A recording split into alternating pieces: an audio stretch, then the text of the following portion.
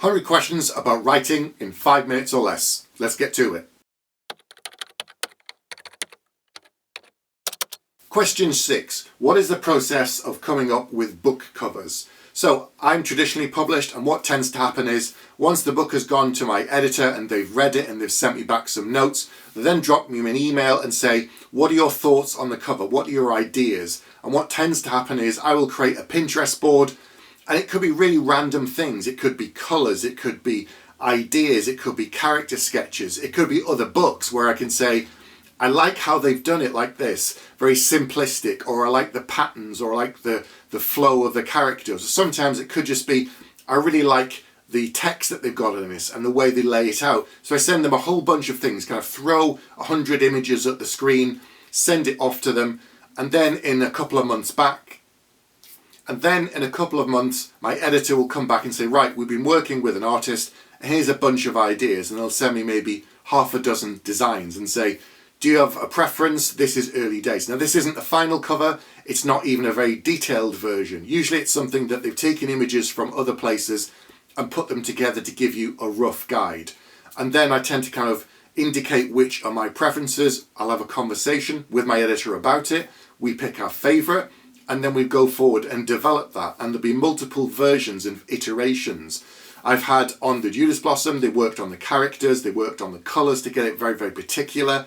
We talked about the font as well. We wanted to make it very fitting. So all the time I'm communicating back and forth with my publisher. It never kind of completely stands still. I'm always giving input into how it looks. My publisher is Angry Robot, and what tends to happen is they'll then send it to Penguin Random House, who distribute the book in America, and they'll ask them for their opinion on the covers and get their feedback, and then we'll tweak it a little bit again because they know the American market, they know how it will be perceived there, and it is the largest English language market in the world, all of America combined, when you compare it to, you know, the UK, Europe, Australasia and so on. So their input is valid.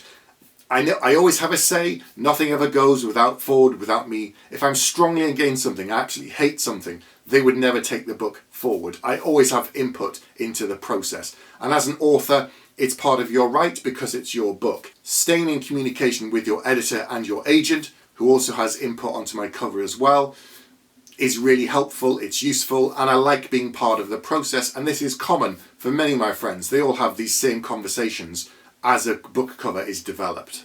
At this point, it starts to feel like this is one of those questions about the myths to do with traditional publishing, where people say you don't have any input into the book cover or how it looks or anything like that. You absolutely do. You absolutely have control. You absolutely have some input. And if you're not able to have these conversations directly with your editor, if you don't feel comfortable at doing it, this is where your agent comes into play. They will do this for you. Talk through them if necessary, and not to your editor, which seems quite silly.